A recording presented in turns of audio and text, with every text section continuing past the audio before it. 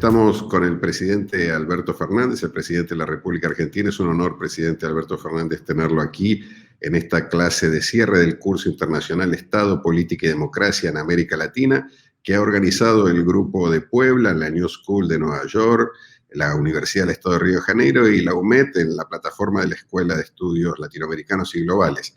Es realmente para nosotros muy importante y ha sido muy esperada por los más de 57.000 inscriptos e inscriptas que tiene esta escuela, su clase de cierre.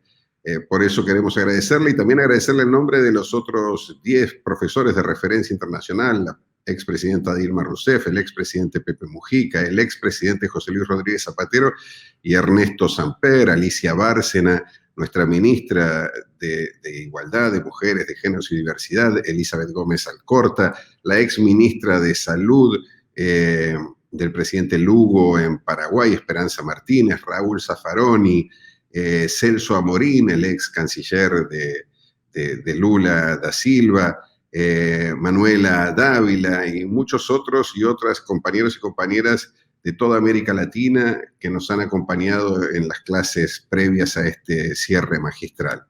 Por lo tanto, presidente, le damos la bienvenida, le agradecemos que esté aquí en nombre también de Cecilia Nicolini, Carol Proner y yo, Pablo Gentili, que hemos coordinado con mucho orgullo este curso. Así que muchísimas gracias y también con mucha ansiedad espero su clase. Bueno, muchísimas gracias a todos y a todas. Gracias por invitarme. A lo que me parece más que clase es un ámbito de reflexión. Cuando hace un par de años atrás, con Marco Enrique Sominami, hablando en un momento muy difícil de América Latina, donde parecía que el progresismo había retrocedido mucho, me acuerdo que habíamos sacado con Carlos Sominami un libro del que también participó Marco Aurelio García, que se llamaba Claroscuros del progresismo en América Latina, y había una mirada francamente pesimista sobre lo que podía ser el tiempo que se venía. Con Marco se nos ocurrió la idea de volver a reunir o acercar a todos esos pesimistas y dotarlos de fuerza para ganar en optimismo y ganar en debate político y ganar en espacios políticos en nuestros diferentes países. Y así surgió lo que se conoce hoy como el Grupo de Puebla, que así se llamó porque Puebla tuvo la generosidad del gobierno de nuestro querido Andrés Manuel López Obrador, la generosidad de ofrecernos esa maravillosa ciudad para reunirnos por primera vez y llevar adelante un encuentro donde podíamos empezar a hablar de las cosas que nos preocupaban en un tiempo particular del mundo. Con lo cual, lo primero es agradecerles la deferencia que tienen de dejarme participar en estas jornadas de reflexión y bueno, el interés que puedan tener en escuchar mis reflexiones en este tiempo difícil. Yo creo que el mundo ha vivido una catástrofe, vive una catástrofe, que es la pandemia. Una catástrofe que ha dejado al descubierto todo lo malo del mundo. Una catástrofe que dejó al descubierto la desigualdad. De repente apareció un virus imperceptible al ojo humano y fue capaz de dar vuelta no solamente las vidas de millones de personas en su salud, sino también dar vuelta a las economías y que me empezaran a ocurrir cosas que parecían impensadas en ese capitalismo solidificado que existía antes de la pandemia. Nosotros, cuando fue la crisis de Lehman Brothers y la ruptura de la burbuja hipotecaria, como se la llamó, creímos que el capitalismo se iba a revisar, que esa presencia financiera del capitalismo que tanto daño le hizo objetivamente a los criterios de igualdad y desarrollo que el capitalismo podría tener, pensamos que en aquel momento eso podía servir para generar el cambio que objetivamente no ocurrió. Porque en verdad aquella crisis financiera sirvió básicamente para mejorar algunos controles sobre bancos, pero no sirvió para cambiar prácticas del capitalismo, donde lo más importante es la especulación y lo menos importante es la productividad. Y entonces, lo que uno terminó observando como gran modificación son reglamentaciones de bancos centrales que se ponían más firmes a cuidar de qué modo funcionaban los encajes o las reservas de los distintos bancos, pero no atacó acciones o operaciones tan nocivas como todas las operaciones derivadas de eso que se llama, valga la repetición, derivados financieros. Y con esa misma lógica, de repente nos dimos cuenta que Lehman Brothers había caído, que el mundo había entrado en recesión después de eso, pero que el capitalismo no estaba revisando su verdadero cáncer, que eran el modo en que la especulación financiera movía la economía mundial. Y cuando yo hablo de economía financiera, lo que digo es que cuando el capitalismo nació e irrumpió en el mundo, también tenía una ética de desarrollo. Una ética que decía que alguien arriesgaba capital, ofrecía trabajo, producía en masa, vendía, generaba consumo, ganaba, reinvertía y seguía creciendo y dando más trabajo. Bueno, esa lógica se fue alterando. Y ya para ese entonces, año 2008, 2009, lo que vimos del capitalismo es que era, como yo siempre digo, en las empresas se volvió más importante el responsable financiero que el responsable de producción. Y cuando eso le pasó al capitalismo, el capitalismo perdió todo sentido ético y perdió toda valoración social. Porque el resultado de todo esto es la formidable desigualdad que quedó al descubierto cuando ese virus, insisto, imperceptible al ojo humano, dio vuelta a la economía del mundo. Nosotros ya llevamos más de un año contando contagios, contando muertes y ahora contamos vacunas. Pero no contamos cuántas empresas se cayeron, cómo se cayeron los bonos, cómo se cayeron las economías. Eso está en un segundo plano.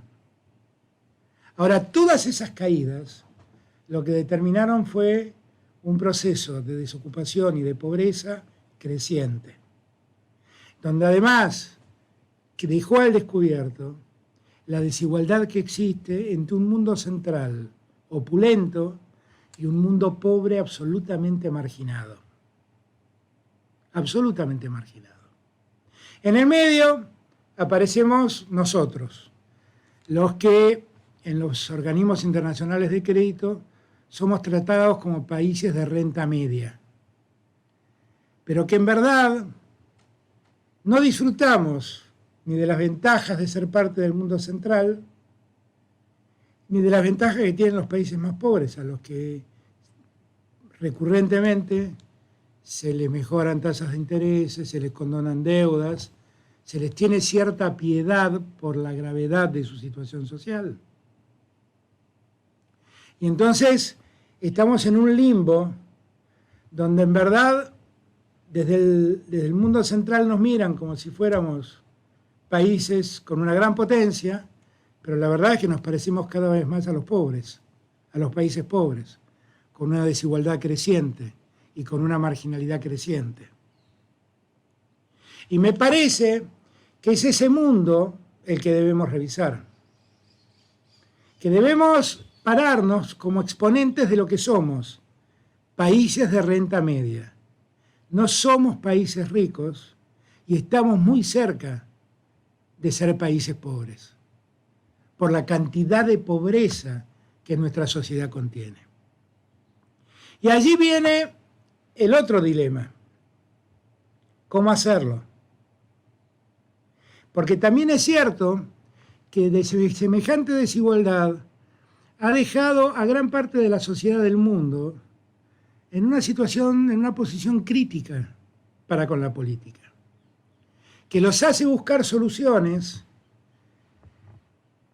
en vendedores de palabras, en vendedores de manos duras, pero que en verdad solo terminan sometiendo a los sectores más empobrecidos y terminan construyendo sociedades donde muy pocos ganan y millones padecen.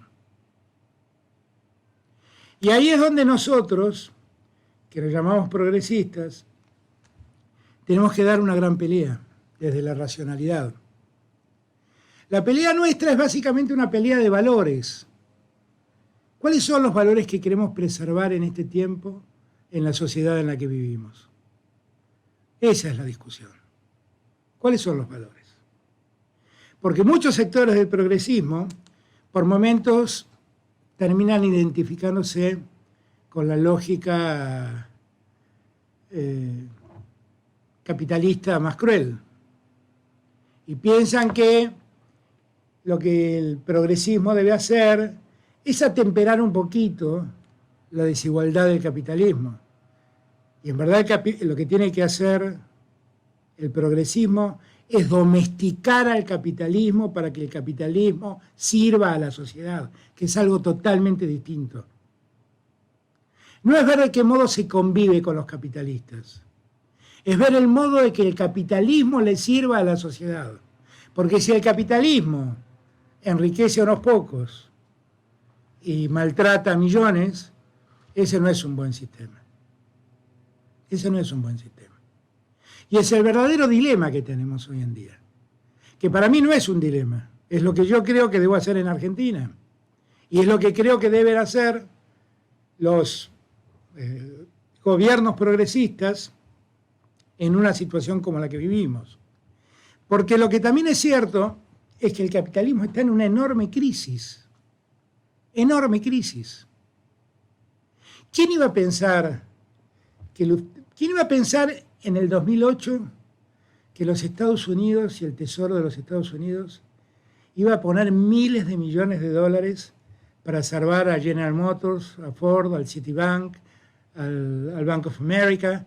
¿Quién iba a pensar que eso iba a pasar? Pasó. Y de repente ese Estado, que todo lo miraba de afuera y solo era un árbitro cuando hacía falta, se metió y se embarró del peor modo para salvar a los grandes buques, naves insignias del capitalismo americano. Pero pasaron los años. ¿Quién iba a pensar que el Lufthansa iba a necesitar de los recursos del Tesoro alemán para poder sobrevivir como empresa de aeronavegación? ¿O quién iba a pensar que en Francia, bueno, Francia relativamente todavía sigue siendo un país donde la idea de un gobierno de atención del bien general persiste, pero acabamos de leer que para que sobreviva Air France, el gobierno francés tuvo que poner ingentes recursos para salvar a Air France de la quiebra. Y uno podría seguir con una larga lista de acciones del Estado del mundo central tomadas para salvar empresas que el capitalismo hundía. ¿Quién iba a pensar que los Estados Unidos iba a emitir la cantidad de dólares que emitió para mantener en funcionamiento una economía como la que mantuvo, con un déficit fiscal enorme, pero volcando recursos para que la gente no se caiga del mapa? ¿Quién iba a pensar que lo mismo iba a hacer la Unión Europea, que emitió euros y repartió euros y de repente la cláusula fiscal de que nadie podía tener más de un punto de déficit fiscal pasó a un segundo plano y ya no importó más? Todo lo que estoy diciendo, lo que quiere dejar en evidencia es que el capitalismo, tal como lo conocimos, ha fracasado. Que la idea de que el Estado puede estar ausente ha fracasado. Que la idea de que el Estado debe estar permanentemente presente, equilibrando situaciones desde que el capitalismo genera convierte en desequilibrios, esa idea ha quedado evidenciada que es necesaria preservarla. La idea de que el capitalismo derrama y enriquece finalmente a los más pobres es falsa. Lo que ha quedado demostrado es que el capitalismo, y el capitalismo financiero más que ninguno, acumula y no reparte y no distribuye. Y por lo tanto, el ingreso mundial está cada vez concentrado en menos manos y la pobreza cada vez distribuida entre millones y millones de personas. Entonces, esta nueva realidad que la pandemia exhibe nos abre lugar para generar un debate racional, sin violencia, sin armas, no el debate que vivimos en otras décadas, pero para poder discutir de cara a la gente de qué estamos hablando. ¿De qué estamos hablando? Ese es el verdadero debate que nosotros debemos enfrentar. Además, en el caso nuestro, somos parte de un continente, la América Latina, que es el continente más desigual del mundo. Y no nos podemos dar ese derecho. No podemos mirar que eso ocurra y no reaccionar. No podemos. No podemos. Y tenemos que llevar adelante un enorme trabajo, si quieren, de docencia, para explicarle a la sociedad que esos cantos de sirena que la derecha ha puesto a sonar en todas las latitudes del mundo son cantos de sirena y que generalmente naufragan en peores condiciones sociales. Eso hay que entenderlo, hay que plantearlo y hay que animarse a discutirlo. Yo a veces me encuentro con compañeros que ven que Vox crece en España o que algún partido o algún emergente de la derecha aparece en algún país de América Latina y dicen, no, lo que pasa es que nosotros hemos perdido el discurso de la mano dura y de la seguridad. No es así. Lo que estamos viviendo es una etapa de profunda decepción social, donde la pandemia hace su parte y la aparición de un grupo de pícaros que con nuevas tecnologías de redes sociales y demás van generando en la cabeza de la gente una realidad que no es tal.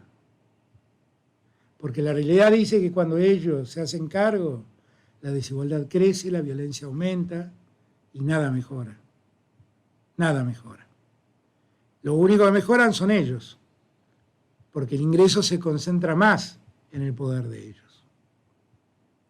Me parece que todos estos temas que rápidamente planteo y que son una suerte de dilemas que debemos enfrentar. ¿Cuál es el dilema del progresismo de hoy en día? ¿Civilizarse o reaccionar? No, el dilema es reaccionar. Porque la civilización lo que demuestra es esta decadencia que hoy vivimos. Esta decadencia que muestra que el 10% de los países concentran el 90% de las vacunas. Eso es la decadencia de este tiempo. Y acumulan vacunas mientras ven morir a gente sin importarles que eso pase.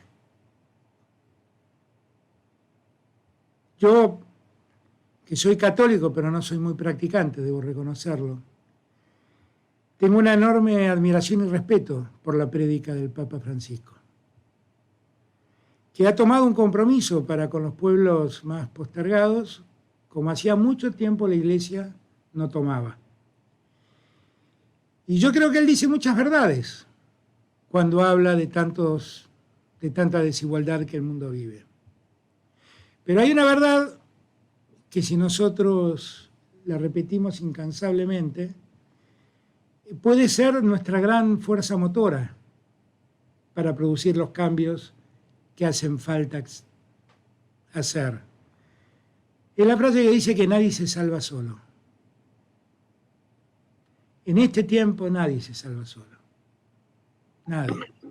Nadie está exento de todos los problemas que el mundo enfrenta. Y por lo tanto, la mejor fortaleza que podemos tener es estar unidos, hacer docencia con nuestra gente, decirle que esas voces son cantos de sirenas, que no son soluciones, son espejos de colores, simplemente. Y que las verdaderas soluciones están en nuestras manos. Y que las verdaderas soluciones llegan y van a llegar el día que igualemos condiciones en todas nuestras sociedades. Bueno, les he robado mucho tiempo, así que quedo a disposición de ustedes. No, solamente arrancar con alguna pregunta justamente con lo que acababa de decir. Muchos recordamos esa gran intervención que tuvo allá por marzo en la cumbre de líderes del G20, donde pedía un gran pacto global de solidaridad, justamente haciendo referencia a esta frase también del Papa, y la necesidad de tener una salida conjunta para la pandemia y también para toda la crisis que estamos viviendo. Y también la preocupación como latinoamericanos en la región, siendo también usted que es un líder, no solamente presidente, pero también como latinoamericano, que ha tomado muchísimas decisiones en su rol para trabajar en pos de la articulación y la integración regional, que de alguna manera sigue estando un poco desmembrada. ¿Cuáles son los desafíos o cuál es su visión en los próximos años, siendo que esta pandemia va a hacer estragos enormes en nuestra región, con la recuperación económica y también con ese acceso desigual a la vacuna? ¿Cómo lo podemos enfrentar mejor como región, aprovechando el espacio de este curso y de que los participantes son de todos los países? Yo tengo la obsesión de que América Latina trabaje unida, que se dé cuenta que cada uno por su lado valemos menos y todo se nos hace más difícil. Es tan obvio que es así.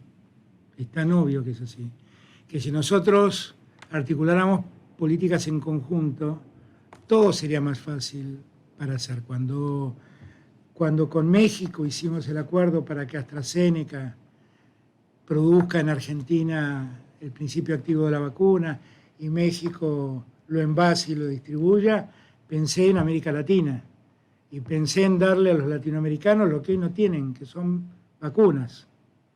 Somos muy pocos los países que accedemos con cierta regularidad al suministro de vacunas.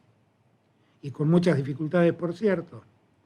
Días atrás hablé con el presidente de Cuba, el ingeniero Díaz-Canel, y me interioricé por el desarrollo de la vacuna soberana. Y la verdad es que es un desarrollo muy interesante. Y tal vez deberíamos hacer el esfuerzo y ayudar a Cuba, que padece el eterno bloqueo, para que termine de producir esa vacuna y nos dé vacunas a los latinoamericanos. Y yo quisiera involucrarme como país a ayudarlo a Cuba a terminar esa tarea. Vivimos un tiempo además tan ingrato, lo he dicho en todas las 2 reuniones del G20 que tuvimos, que para mi asombro, ni siquiera las pandemias los animan a frenar bloqueos.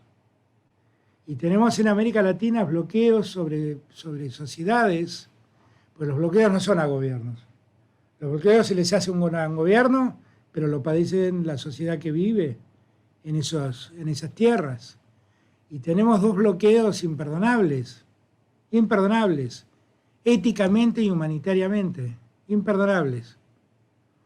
Y América Latina no solamente no ayudó a terminar con el bloqueo, sino que muchos se sumaron a que el bloqueo sea más severo todavía. La salida de Argentina del Grupo de Lima tuvo que ver con eso. Nosotros no estamos para castigar pueblos en medio de la pandemia. Entonces, lo que yo siento es que América Latina tiene que volver a revivir lo que algunos piensan que fueron Fue esa década dorada del progresismo, que lo tuvo a Lula en Brasil, que lo tuvo a Néstor y a Cristina en Argentina, que la tuvo a Michelle en Chile, que lo tuvo a Pepe y a Tabaré en Uruguay, que lo tuvo a Chávez en Venezuela, que tuvo a Correa en Ecuador, que lo tuvo a Evo en Bolivia. Pero yo quisiera que entendamos que en verdad los que nos dijeron y nos mostraron a nosotros la inconveniencia de estar divididos estuvieron mucho antes que todos ellos. Se llamaron San Martín, O'Higgins, Artigas, Sucre, Bolívar. Esos fueron los que nos dijeron estemos unidos, que es mucho más fácil hacerlo unidos. Yo creo que la unidad latinoamericana es algo que no debe ser un tema de declamación política, es lo que más nos conviene. En términos de pragmatismo político, es lo que más nos conviene, sin ninguna duda. Sin ninguna duda es así. Y tendríamos que aprovechar esa oportunidad que tenemos de unirnos. La vacuna y la búsqueda de la vacuna por momentos nos une. Y me encantaría que la producción de la vacuna nos una definitivamente. Pero esta idea de que acá cada uno se salva por su cuenta es una carrera de muy corto aliento, porque además el mundo ha demostrado cómo funciona. La Unión Europea nació para preservarse de grandes bloques económicos. ¿Por qué Estados Unidos crea el NAFTA y hace un bloque económico de América del Norte? La presencia de China nos obliga muchísimo a protegernos como región por la agresividad de su comercio. Entonces, hay demasiadas razones que demuestran que nos conviene estar unidos. Ojalá lo entendamos. Presidente Alberto Fernández, es un honor poder entrevistarlo y que para nosotros una felicitación. Yo desde Brasil tenemos mucha admiración por la forma como está gestionando los problemas de su país, de forma cercana, de forma transparente y sensible, lo que no es poco en este escenario que mencionabas de la falta de humanidad, ¿no?, que prevalece en el mundo. Y que nos recuerda en muchas maneras del tiempo en que vivíamos, en Brasil vivíamos en democracia. Estamos viviendo tiempos acá muy difíciles. Este curso se da en medio de la gestión de la pandemia de la COVID-19 y en nuestro caso, en este momento en que hacemos esta clase, 362.000 muertos, casi 3.000 personas mueren de COVID al día en Brasil. O sea, es una situación gravísima y el Suprema Corte de Brasil actualmente gestiona dos importantes problemas. Uno, la instalación de una comisión parlamentaria del Poder Legislativo para responsabilizar la intencionalidad de la gestión de la COVID. Mira la situación gravísima que estamos viviendo por reconocer en el gestor, en el presidente de la República, una situación de comprometimiento, incluso personal, de su comportamiento frente al COVID. Y también la Suprema Corte actualmente aún trabaja los procesos contra el expresidente Lula. Y es ahí que me gustaría hacer la pregunta, ¿no? Y desde de su experiencia como profesor, como abogado, o abogado de derecho penal, ¿no? ¿Qué pasa, ¿no?, en ese sentido?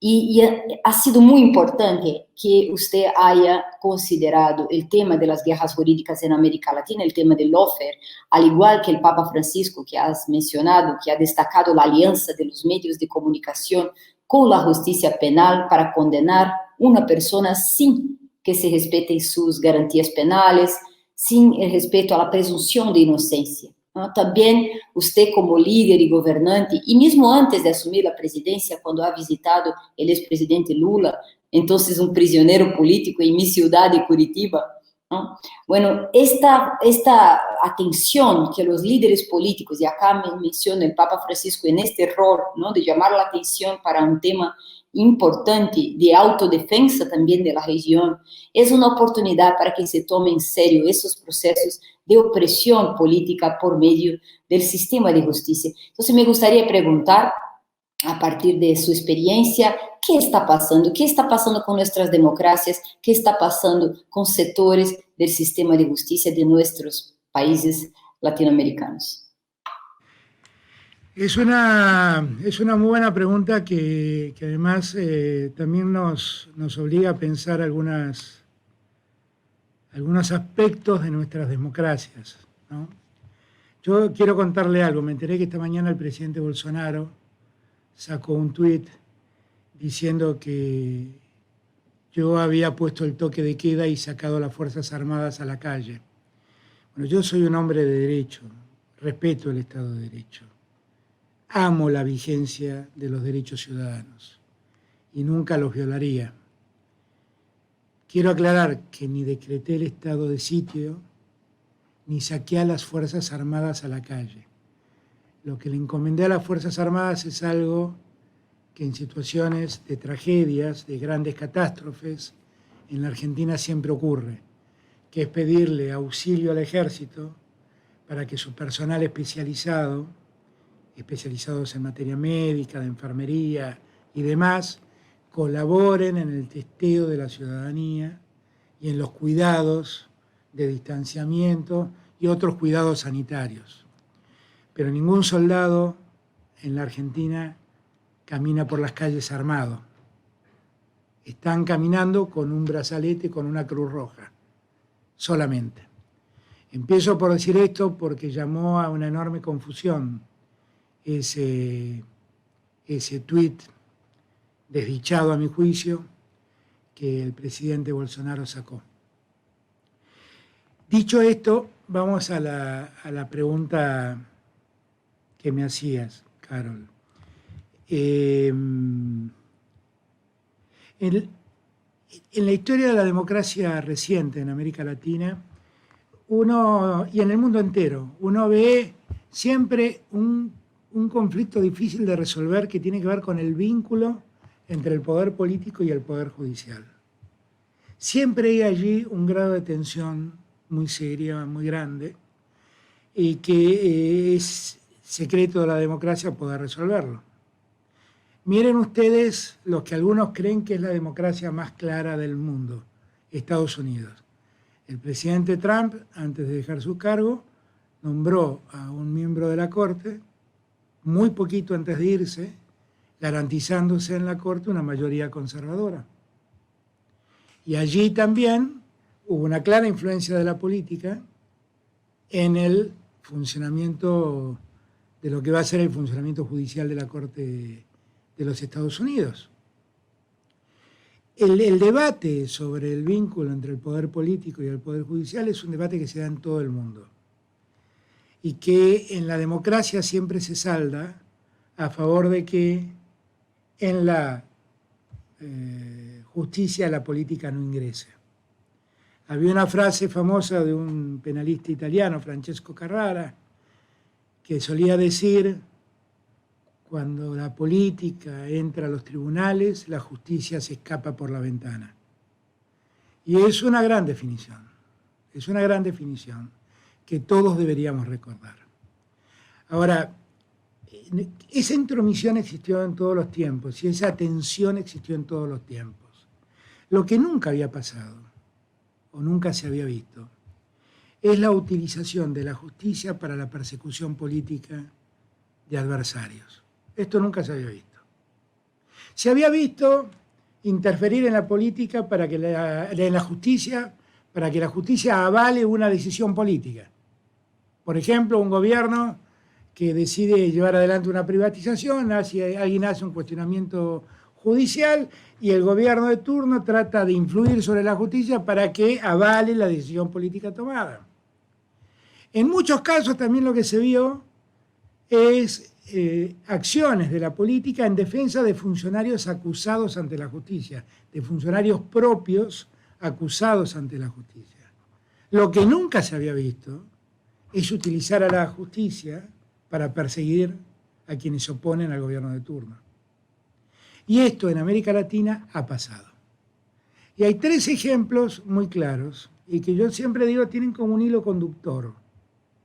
Los 3 casos que yo visualizo son los casos de Ecuador, de Brasil y de Argentina. Y que han tenido un propósito básico: perseguir a 3 líderes para correrlos de la contienda electoral. Rafael Correa en Ecuador, Lula en Brasil, Cristina en la Argentina. Si uno revisa entre el año 2014, 2013, 2014 y el año 2016, en los 3 países se instituyó un procedimiento penal muy poco usado en la legislación europea, que es lo que llamamos la ley del arrepentido, o lo que ustedes llaman, lo llaman de otro modo ustedes, no lo llaman arrepentido, lo llaman... La delación premiada. La delación premiada, lo que ustedes llaman delación premiada. Pero si ustedes revisan, primero Ecuador, después Brasil, después Argentina, instituyeron el sistema de la delación premiada, y ese sistema sirvió para esa persecución de la que estamos hablando. Lula terminó condenado porque le atribuyeron ser dueño de una casa sin ningún documento que pruebe que eso fuera cierto. Solo porque a un arrepentido, a cambio de que le reduzcan la pena, dijo: yo escuché decir que ese departamento era para Lula. Eso, más las íntimas convicciones de un juez, llevaron a Lula a una condena. Pasó algo más grave con ese departamento. Es que la justicia brasilera después ejecutó ese departamento para cobrarle la deuda a otra persona. Entonces, si el departamento era de Lula, ¿por qué se lo ejecutan para cobrarle la deuda a otro? Hay algo que no está cerrando en el análisis jurídico. La justicia de Brasil, yo la verdad es que el caso de Lula lo seguí muy de cerca. Yo no tengo ningún empacho en decir que tengo una sincera admiración por Lula. Cuando yo fui jefe de gabinete, él era presidente. Y yo creo que en gran medida la unidad latinoamericana de esos años se logró porque existió Lula. Porque Lula tiene un enorme poder como líder. Es el líder de todos nosotros, pero nunca nos mostró que es el líder. Nunca nos hizo sentir que él es el jefe. Y sin embargo, todos sentíamos que él era el que mandaba. Y el que tenía en sus manos poder avanzar o poder retroceder. Y con esa admiración que siento por Lula, lo fui a ver cuando estuvo preso, porque sabía de su inocencia. Sabía de su inocencia. Y por eso reclamé siempre por su inocencia. Brasil acaba de dar un gesto de sanidad institucional muy grande, porque esa sentencia contra Lula llegó a la Corte Suprema, al Superior Tribunal de Brasil, y el Superior Tribunal avaló la condena, la confirmó. Pero después, cuando se conocieron conversaciones entre los fiscales y el juez, y se observó que la búsqueda era impedir que Lula fuera candidato, el mismo tribunal anuló la sentencia, separó al juez y a los fiscales de la causa y se animó a revisar todo. Y eso habla muy bien de la institucionalidad de Brasil. Habla muy bien, porque el sistema no se encerró en el error, sino que dijo: bueno, acá hay cosas que yo no sabía, esto estuvo mal lo que yo hice, anulémoslo y empecemos de vuelta. Y eso habla muy bien del sistema. El tema es que no vuelva a repetirse. Por eso, la semana pasada, cuando yo me enteré que volvían las presiones, hice un largo tuit diciendo que esto, que para toda América Latina fue una bocanada de aire fresco, sentir que las propias instituciones podían reaccionar frente al error cometido, para decirlo benévolamente, bueno, yo quisiera que no se pierda. Y quisiera que no se vuelva eso en el sueño de una noche de verano, sino que sea una decisión clara de la institucionalidad de Brasil. Ahora, parte del Estado de Derecho y de que el Estado de Derecho funcione bien es también que la justicia funcione bien. Porque en un Estado de Derecho, la justicia es el último recurso que tiene el ciudadano para hacer valer sus derechos. Cuando el Poder Legislativo abusa o cuando el Poder Ejecutivo abusa, el que preserva los derechos de la gente es el Poder Judicial. Y si el Poder Judicial está al servicio de la política, no va a preservar los derechos ciudadanos. No lo va a hacer. No lo va a hacer. Por eso es tan importante que entendamos la necesidad de tener una justicia independiente, con jueces probos, con jueces dignos. Yo he sido hijo de un juez. Me crié entre jueces. En un tiempo donde ser juez en la Argentina era un galardón, era un reconocimiento social enorme. Yo no era el hijo de Carlos, yo era el hijo del juez. Y en esa casa no vivía una familia, vivía la familia del juez. Y todos respetaban mucho a ese juez. Eso se fue perdiendo con el tiempo.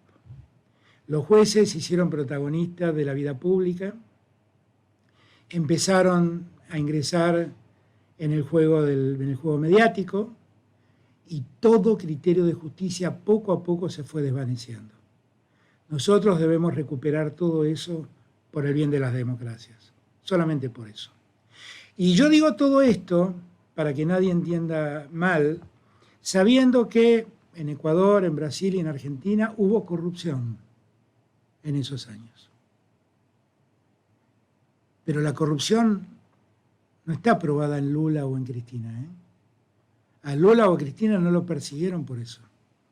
Los persiguieron porque eran líderes políticos. Y cuando uno mira cómo los metieron en las causas, uno se da cuenta cómo extremaron interpretaciones judiciales para poder involucrarlos en esas causas. En Argentina, Cristina es jefa de no sé cuántas asociaciones ilícitas. Y lo más impactante es que es jefa de asociaciones ilícitas que compone gente que ella no conoce. Y criterios, el derecho penal, todos lo sabemos, nos persigue y nos castiga por lo que hacemos y no por lo que somos. En cambio a Cristina la persiguen por lo que fue. Porque cada vez que la procesan dicen, pasó tal cosa, y ella como presidenta no pudo no saber. Tomen esa frase, es una frase increíble. Se repite una y otra vez en cada procesamiento de Cristina. No pudo no saber. Es como si te dijera a vos, Carol, que si en la manzana en la cuadra donde vos vivís, no sé cómo lo dicen los brasileros, en la calle donde vos vivís, tenés a 3 casas unos vecinos que tienen un prostíbulo y venden droga, y viene la policía y dice que vos no pudiste no saber porque vivías en la misma cuadra. Nunca se vio una cosa semejante, nunca. Esas cosas se dijeron en Argentina, esas cosas se dijeron en Brasil, y esas cosas también muy parecidas se dijeron en Ecuador con Rafael Correa. Entonces, a mí me parece que nosotros tenemos que poner este tema en el centro de la escena, porque hace a la calidad de nuestra democracia, solamente por eso. No estoy hablando esto, aunque siempre quiero estar a su lado e indefectiblemente voy a estar siempre a su lado para hablar bien de Lula o para salvar a Lula. Estoy hablando de esto en favor del sistema institucional de Brasil, de Argentina, de Ecuador y de toda la América Latina. Solamente por eso. Muchas gracias, presidente. Claro. Muchas gracias, presidente. Y bueno, la última cuestión para ya terminar y agradeciéndole una vez más todo su tiempo. Esta es una iniciativa que hemos desarrollado con el Grupo de Puebla con el objetivo de convocar a iniciativas de formación, a actividades de formación, especialmente a las y los jóvenes de toda América Latina, y nuestra sorpresa es que también muchos de Europa, de Estados Unidos, Canadá también se sumaron a esta experiencia. Y otros no tan jóvenes, pero que también creen que la formación es también una forma de contribuir al fortalecimiento de la militancia, de la movilización social, ciudadana. Usted hace esto y lo sigue haciendo como presidente porque continúa ejerciendo su función docente, y admiramos mucho nosotros esto que usted siempre dice, que no solo el valor de la universidad pública, sino también cómo que la formación es un elemento fundamental para el fortalecimiento de las democracias y para el fortalecimiento de la movilización de las luchas por nuestros derechos y por la igualdad, que fue en la primera parte de su intervención el gran eje, que es el gran desafío, es la construcción de sociedades más igualitarias, de sociedades que se fundamenten en la construcción de derechos y de justicia social para todas y para todos. Por eso nos gustaría cerrar esta importantísima intervención suya con un mensaje a las y los jóvenes, que muchas veces están desencantados con la política, que muchas veces tienen miedo en este contexto. Eso es una era de miedo, y que muchas veces sienten que el recurso al individualismo, al sálvese quien pueda, es lo que mejor los puede proteger de los riesgos del mundo de afuera, y cómo la política puede ser una estrategia para juntarnos y a construir entre todos, entre todas, el bien común. ¿Qué mensaje le daría usted a las y los jóvenes, no solo argentinos, sino a tantos miles de jóvenes que lo van a estar escuchando ahora? A ver, yo tengo la impresión que todos nosotros somos el resultado de una vida, de una historia, que en verdad no somos... yo no soy peronista porque leí Conducción Política de Perón o porque leí cualquiera de sus libros. Y yo no pienso como pienso porque tengo una serie de dogmas políticos que respeto. En verdad, uno piensa como piensa porque ha vivido, y a lo largo de su vida ha admirado, ha construido conciencia de múltiples modos. Yo empecé a militar en política en los años 70, pero siempre digo que me siento más, aunque era muy chiquito, me siento muy cercano, mucho más cercano a la generación de los 60 que a los que ocuparon la generación de los 70 en la política argentina. Porque yo siento que pesaron mucho en mí muchos agentes extrapolíticos que me marcaron profundamente. A mí me marcó muchísimo los reclamos hippies en contra de la sociedad de consumo, del amor libre, de la paz como modo de convivencia universal. Yo no sé cuánto pesó Joan Baez, cuánto pesó Bob Dylan, cuánto pesó Walt Whitman, pero yo soy el resultado de todo eso. No soy el resultado del peronismo. Soy el resultado de todo eso. Además, me hice peronista. Porque me parece que el peronismo, de algún modo, expresa gran parte de todo esto que yo siento como lógicas de igualdad. Para mí, aquella generación de la que yo fui parte fue maravillosa.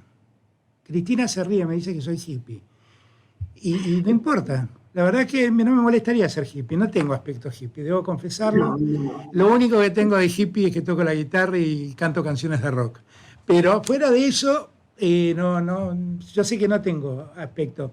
Pero sé que en mi alma anida mucho de aquellos elementos que el hippismo puso en el escenario mundial en debate. Siempre digo, por ejemplo, que no conozco mejor expresión del hippismo que Pepe Mujica, que él habla como lo que auténticamente hablaba esa generación. Vivir, desprenderse de lo material, vivir de lo espiritual. Esa frase que tiene Pepe, andar por la vida liviano de equipaje. Que no se te vuelva una carga las obligaciones que vas tomando. Ser libre. Eso que a mí como generación me marcó es muy distinto al tiempo que vive la generación del presente. Y acá también hay una parte crítica en lo que veo.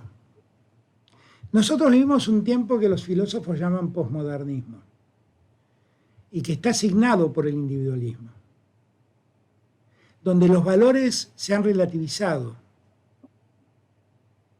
donde cada uno puede tener su propio valor y en cierta democratización del discurso todos debemos respetar al otro. Piense como piense, haga lo que haga. Y en ese individualismo, el criterio de solidaridad quedó hecho añicos. El posmodernismo logró que el exitoso no sea el poeta, que el exitoso sea el rico. Y para nosotros el exitoso era el poeta. ¿Qué estoy marcando? Que muchos ideales se fueron desvaneciendo, porque esta sociedad fue inculcándole ciertos valores, entre comillas, que poco tienen de valor. Y esto es una reflexión que a mí me gustaría hacer con los jóvenes. Que lo adviertan, simplemente que se den cuenta. Piensen ustedes que el modelo de este tiempo, el modelo femenino de este tiempo es una muñeca que se llama Barbie, que anatómicamente no respeta las formas de una mujer y es a la que toda mujer quiere parecerse. Es de una gravedad enorme lo que estoy diciendo, porque eso conduce a la frustración de muchos y muchas, en el caso concreto. Ahora, si uno revisa este mundo y suma capitalismo más posmodernismo individualista, y bueno, este mundo hay que cambiarlo. Este mundo hay que cambiarlo. Y los jóvenes deben darse cuenta que están atrapados en esa lógica y que no deben quedar atrapados en esa lógica. Hay un movimiento juvenil muy importante que valoro mucho, que es el movimiento juvenil que habla de la diversidad, que respeta la pluralidad, que cuida el medio ambiente, que nos exige cuidar el medio ambiente como nunca lo cuidamos. Esos jóvenes tienen mucho por decir, mucho por decir. Y el tiempo de decir es ahora, no es el futuro. Cuento una historia que un líder juvenil de los años 70 lo fue a ver a Perón y se quejaba porque Perón no les abría lugares a los jóvenes en el gobierno. Y en un momento le dijo: general, usted dijo que el futuro era de los jóvenes y resulta que no tenemos ningún lugar en el gobierno. Y Perón le contesté: el futuro, les dije, este es el presente. No, en verdad los jóvenes son el presente, no son el futuro. Y hay que arreglar el presente a los jóvenes. Y los jóvenes tienen que actuar decididamente en el presente, no en el futuro. Hoy tienen que estar activos y salir a las calles. Hoy, no en el futuro. Hoy. Hoy. Y me parece que como Estado tenemos un deber impostergable, que es la educación de esos jóvenes. Porque la riqueza de las sociedades hoy no está ni en el petróleo, ni en la soja, ni en el cobre, ni en el hierro. La riqueza de las sociedades está en el conocimiento. Y por lo tanto, nosotros tenemos que hacer sociedades ricas permitiendo que todos accedan al conocimiento, a la educación y al conocimiento. Esa es para mí una tarea central, estratégica para el desarrollo argentino. Y creo también que es una idea central y estratégica para el desarrollo de toda América Latina. Allí me parece que reside el futuro. Pero los jóvenes no son el futuro, son el presente. Presidente, me parece que esta frase es estupenda para cerrar esta clase. Obviamente teníamos muchos mensajes esperando esta clase, este debate o reflexión de clausura, porque de alguna manera, como profesor, pero también como presidente, con esa audacia que lo caracteriza, defendiendo de manera irrestricta los derechos de las personas en toda la región, incluso acompañando a los líderes como Lula, como Evo, en los momentos más difíciles, cuando muchas veces escuchamos voces que dicen que mejor no pararse de ese lado. Me parece que es por eso muchos jóvenes esperaban con muchas ganas esta clase y escuchar sus reflexiones. Creo que fue un curso magnífico aquí con la colaboración de Carol y de Pablo, y ha sido de la mejor manera poder terminarlo con sus reflexiones, con su clase y sus palabras. Voy a dejar algún espacio para Carol o para Pablo si quieren cerrar con un saludo, pero obviamente yo desde mi lado agradecerle enormemente el tiempo que nos dedicó y estas palabras magníficas que hemos escuchado. Gracias, Cecilia. Solo agradecer esta magnífica clase, estas lecciones, recordar lo que dijo Cervantes: la verdad adelgaza y no quiebra, y siempre anda sobre la mentira como el aceite sobre el agua. Creo que tendremos un compromiso con la verdad en Brasil, en América Latina, contra esos procesos que usan la justicia y procesos legítimos, democráticos, contra la verdad de los hechos. Agradecer otra vez su compromiso y su coraje, ¿no? Su capacidad de, francamente y con mucha cercanía, decir lo que tiene que ser dicho. Muchas gracias. Muchas gracias, Carol. Y también, presidente, agradecerle y decirle, si me permite, una confesión más personal, porque yo lo escuchaba, yo viví 27 años fuera de la Argentina y decidí volver en el momento en el que usted asumió su mandato, cumplir una función pública que fue una deuda personal, política, familiar también. Y yo lo escuchaba y decía, qué orgullo, ¿no?, tener este presidente. Y qué pena que en tantos países de América Latina no todos pueden tener orgullo de sus presidentes, porque como usted dijo, uno es lo que la vida formó y lo que las luchas, las contingencias fueron creando. Pero también un buen presidente es producto de una lucha colectiva. Y usted, que es un gran presidente, expresa la lucha democrática de la sociedad argentina por sobreponerse, por transformarse y por ser cada vez mejor. Así que le agradecemos muchísimo. Bueno, muchísimas gracias a todos, a todas. Gracias, Cecilia, gracias, Carol. Mil gracias también y a Pablo y gracias por el tiempo que me han dado. Espero que haber aportado dudas para seguir pensando. Muchas gracias. Gracias. Hasta luego. Gracias. Gracias.